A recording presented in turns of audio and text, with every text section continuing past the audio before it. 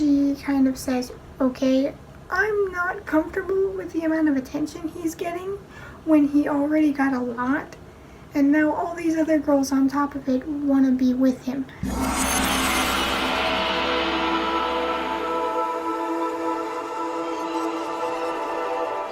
Welcome back once again to another bookish review. Now this one's going to be a little different because I'm actually going to be talking about books 1 through 4 of the manga Say I Love You.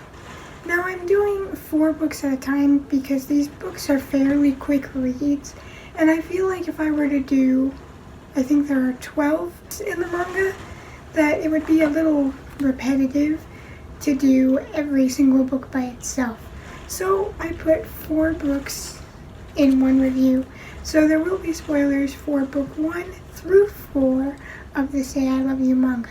So if you don't want this manga spoiled for you, I recommend reading it before you watch this video so stuff doesn't get spoiled for you. Now, you may have noticed that I didn't do a book haul on the manga, and that's because this isn't mine. I'm borrowing it from a friend because she let me look through a manga collection because I'm trying to get more into reading manga, but I don't really want to dive headfirst into like a 20-book, 12-book series without knowing if I really enjoy reading it.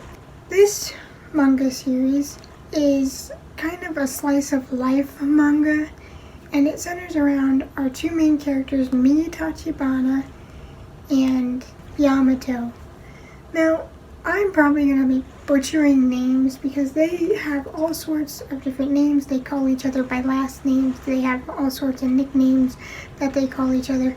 And I'm not good with names I'm used to, let alone their kind of names. But we follow Mi Tachibana, and she is a 16-year-old who is very shy, and she's very closed off to people. And she's been this way forever. She has hardly ever had friends, and she's used to being alone.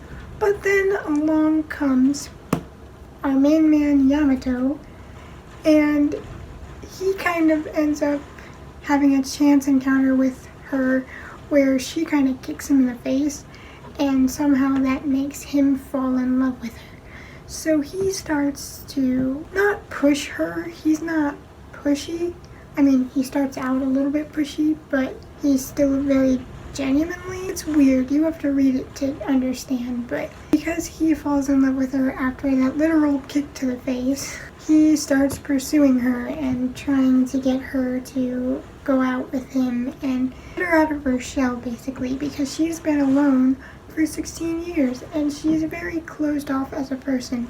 And to be completely honest, I kind of see myself in me, because I kind of see myself in me, but she closed off to people because of stuff people have done to her in the past. Not super bad, but enough to make her want to be like, okay, I'm kind of done with people.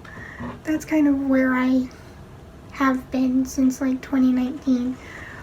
But yes, I still have friends, so I'm not completely closed off like she is. Like I said, I'm borrowing this manga from a friend. But that kind of intrigued me because I see myself in her as being closed off. But when she meets Yamato, she kind of starts to open up and be like, okay, it's okay to have friends. Not everyone's gonna be like that. And she starts to realize that she doesn't want to dwell on the past. She doesn't want to dwell on the worst case scenarios. And that's kind of where I am right now. I am tired of dwelling on the past, and I'm tired of my mind constantly going to worst case scenarios, because I do that all the time, and that's no way to live life. Enjoy the moments you have with the people you have in your life. And that's kind of what I'm struggling with right now, so I feel like it was a perfect time for me to read this manga, because I'm kind of in the same boat as the main character. I'm letting my friends back into my life. I'm trying to learn to enjoy the moments while I'm in them. I'm trying to not dwell on the past because I can't change anything that freaking happened back there, and I'm trying not to dwell on the future. Now, there's a difference between dwelling on the future and having a plan. Like, you can have a plan, but worrying about it and constantly being afraid of what's next, no way to live life. And that's what, through letting Yamato into her life, she starts to make friends. One was like an enemy turned friend because she also liked Yamato. Aiko, I think is how you say her name. And the other one is just a sweet girl who kind of like adopts me into her friend group. And so she slowly starts to open up with people, and she starts to realize, hey, maybe this isn't so bad. Maybe I'm not as alone as I thought. I don't have to be alone.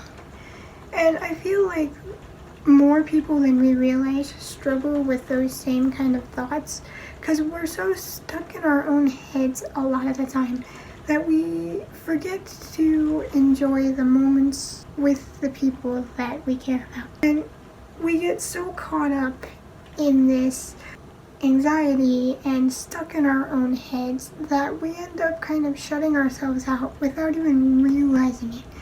And honestly, speaking from experience, that is not fun. It's no way to live life. It's lonely. It feels like you can't breathe sometimes, and it sucks. She starts to open up. But because Yamato is this good-looking, kind-hearted guy, he has a lot of girls that are kind of crushing on him and want to be his girlfriend. And a lot of them are really rude because they're like, oh, I don't care if you have a girlfriend. Go out with me. Choose me. And it's like, hold on, hold up. He has a girlfriend. Don't be that way. But she struggles very much with the fact that he is super popular and the fact that all these girls do like him. And then it only gets worse when a girl who is a model comes into the picture and asks Yamato to model with her for an edition of a magazine. And his popularity just skyrockets. And wanting to be supportive of him, she kind of says, okay, I'm not comfortable with the amount of attention he's getting when he already got a lot, and now all these other girls on top of it want to be with him. I'm not comfortable with that, but I will put those feelings aside because I want him to be successful. I want him to do what makes him happy. So she bottles her feelings up and then doesn't tell him, and it just starts coming to a head when more and more people are saying things, the tabloids are making things up. He goes to the model girl's house for dinner. Even though it's just dinner, the press saw it and ran with it, and just about her learning to not only open up to Yamato, but just open up in general and be like, okay, it's okay to have friends. It's okay to let family into my life again. It's okay to let myself live. It's okay to live in the moment and not focus on what came before or what's coming after. Just live in the moment. And that's basically what this story is. And I feel like a story like this, as old as the manga is, will never get old. It'll always be relevant because there will always be people that struggle with that same sort of feeling. And I feel like it's a surprisingly cute, surprisingly sweet, wholesome, and relatable read. So if you want to pick it up, go ahead. Although do be aware there are some risque scenes, so if that's not something you like, then this probably won't be for you.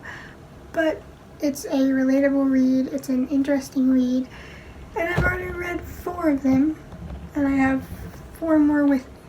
I'm going to be starting the 5th one either soon or tomorrow. We'll see how I feel. I think I might be done reading for the day. I'm going to go into the next 4, and we'll see what happens next. Bye, guys.